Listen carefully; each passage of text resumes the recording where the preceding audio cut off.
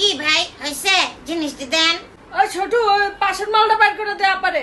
ফুপি ফুপি আমাকে প্লিজ ওইটা কিনে দাও না। ফুপি প্লিজ দাও না ফুপি। আই চুপ থাক তুই। কার মতো সসাইছতে? তোমার মতো।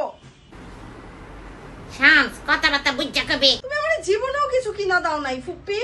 দেন দেন ভাই জিনিস দি দেন, এনে বেশিক্ষণ থাকলেও আমার আরো জ্বালাইব। নেন নেন। আজকে মনে হলো দাম একটু বেশি রাখছেন আমার থেকে।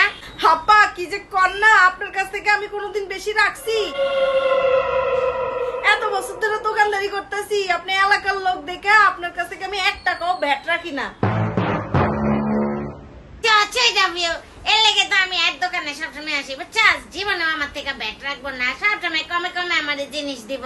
সবসময় আপনার কমে কমে জিনিস দেই আপা। কিন্তু ফুপি এটা কিন্তু ঠিক না।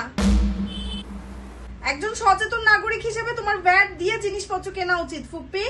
মেজাজটা খারাপ হয় না এখন? আর আপনি ভ্যাট রাখেন না কেন? অবশ্যই আপনি কাস্টমারের কাছ থেকে ভ্যাট রাখবেন।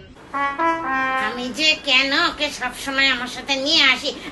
তুই চুপ থাক, হ্যাঁ? তুই বেশি পেঁচাইতেছস। ভ্যাট আমার কাছ থেকে ভ্যাট নিব না, তুই এত কথা কসকে? তুই চোখে না আমার দিয়ে ভ্যাট দাওয়াবি? তোর বেশি মায়া লাগলে ভ্যাটারে তুই ভ্যাট দে। আরে ফুপি এগুলা কি বলতেছো? আরে তুমি কি ভ্যাট এই দোকানদারকে দিবা? তুমি ভ্যাট দিবা দেশকে, সরকারকে। ভ্যাট দিব দেশকে? তোমার আমার ভ্যাটের টাকা এই দেশের কাজেই লাগে, ঠিক আছে? ওয়াও। তুমি কি চাও না আমাদের দেশে সুন্দর রাস্তাঘাট হোক, আমাদের শিক্ষা ব্যবস্থায়, আমাদের চিকিৎসা সেবায়, আমাদের কৃষি খাতে, আমাদের সবকিছুতে উন্নয়ন চলে আসুক? স্মার্ট, অনেক স্মার্ট। ওয়াও। এর জন্যই আমাদেরকে ভ্যাট দিতে হবে ফুপ্পি। আমরা যদি এভাবে ভ্যাট ফাঁকি দেই তাহলে সেটা আমাদেরই ক্ষতি হবে, দেশের ক্ষতি হবে। আমি এই দেশের নাগরিক, আমি একজন সচেতন নাগরিক হিসেবে আমার দেশের জন্য অনেক ভালোবাসা আছে। প্রত্যেকটা সচেতন নাগরিকের ভ্যাট দেওয়া উচিত ঠিক মতন। একজন সচেতন নাগরিক হিসেবে আমি আমার দেশে অবশ্যই ভ্যাট দিব। অবশ্যই অবশ্যই। কত ভ্যাট কত হয়েছে কান?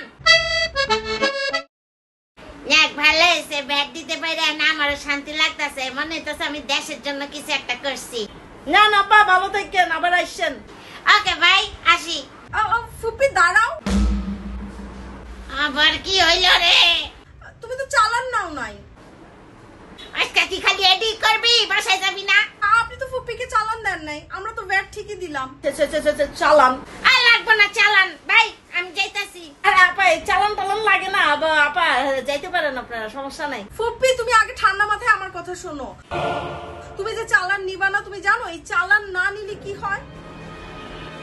এই যে আমাদের মতন সাধারণ কাস্টমারসরা আমরা ঠিকই অনেক জায়গা থেকে ভ্যাট দিয়ে জিনিসপত্র কেনাকাটা করি।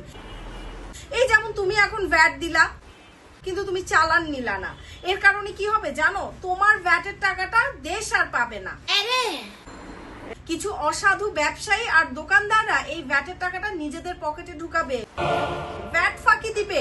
ও নো, কি কাজ? এত বড় চালাকি আমাদের সাথে? কি যে বলেন না আপা, আপনাদের সাথে চালাকি করব? এই চালান দেন।